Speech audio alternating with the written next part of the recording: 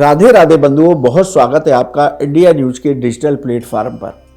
बंधुओं, इस वीडियो में हम आपको फाल्गुन मास के कृष्ण पक्ष की विजया एकादशी का महत्व और कथा सुनाएंगे।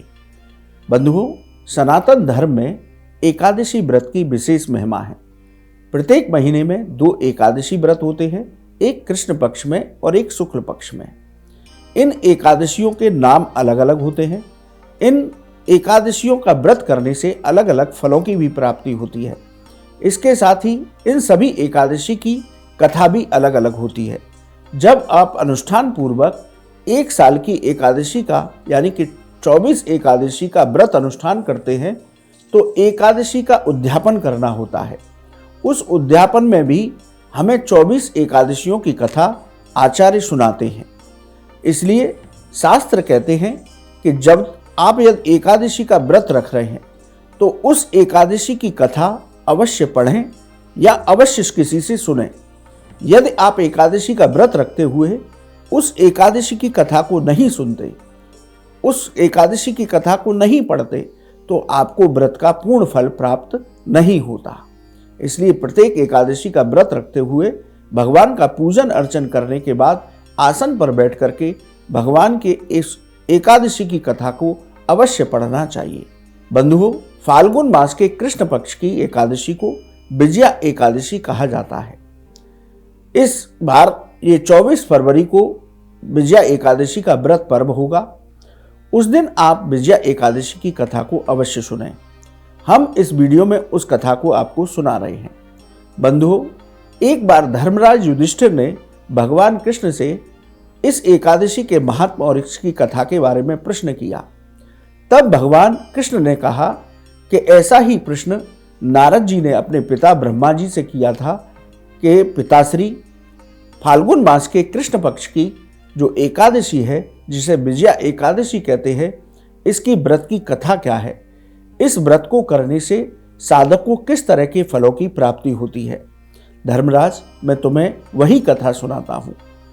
भगवान कृष्ण कहते हैं कि भगवान श्री राम जब लंका पर जब उनकी पत्नी सीता का अपहरण हो गया, रावण उनको लेकर के चला गया लंका, तो भगवान राम माता सीता की खोज में जगह जगह घूमे।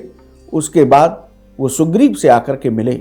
भगवान राम के और लंका के बीच में बहुत बड़ा समुद्र था, उसको पार करके लंका पर जाया जा सकता था।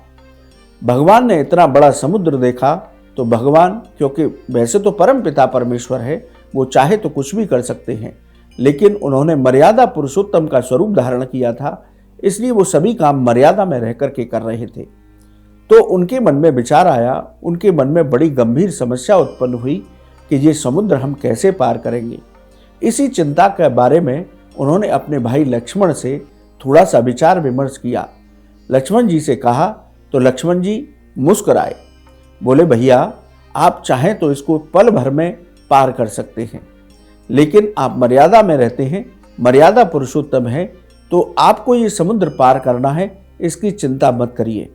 यहाँ से कुछ योजन की दूरी पर ही वक्दालभ्य ऋषि का आश्रम है। वो ऋषि बड़े प्रतापी हैं। उन्होंने अपने जीवन में कई ब्रह्माओं के दर्शन किए हैं, यानी कि उनकी उम्र बहुत अधिक है।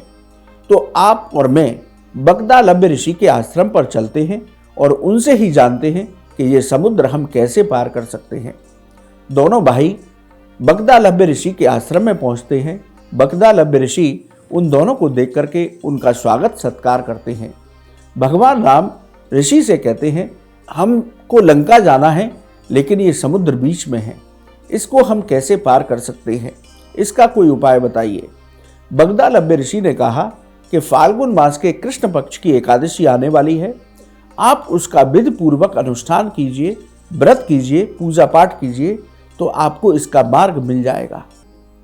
तो भगवान राम ने विधि पूर्वक विजया एकादशी का व्रत किया तो भगवान राम को समुद्र को पार करने का संयोजन प्राप्त हुआ और वहां पर वानरों के द्वारा एक बांध बनाया गया और उसके बाद भगवान राम ने लंका पर चढ़ाई की और विजय श्री प्राप्त की। तो बंधुओं, ये विजया एकादशी की कथा है। इसको भगवान राम ने भी इसका व्रत किया था, लंका पर विजय प्राप्त की थी। इसलिए इस एकादशी का व्रत करने से व्यक्ति को शत्रु और विरोधियों पर विजयश्री प्राप्त होती है। इसके साथ ही उसके जीवन की बाधाएं, संकट समाप्त होते हैं। उसके जीवन में किसी वस्तु का अभाव नहीं रहता। इस व्रत को करने से व्यक्ति जीवन में सभी सुखों का आनंद प्राप्त करता है और अंत समय पर भगवान के श्री चरणों में यानी कि बैकुंठ लोक में स्थान प्राप्त करता है। तो बंधुओं, इस कथा को अवश्य आप सुनिए, तो आपको एकादशी व्रत का पूर्ण फल प्राप्त होगा। बंधुओं, आप हमारे साथ चैनल पर जुड़े, आपका बहुत बहुत धन्यवाद। राधे राधे।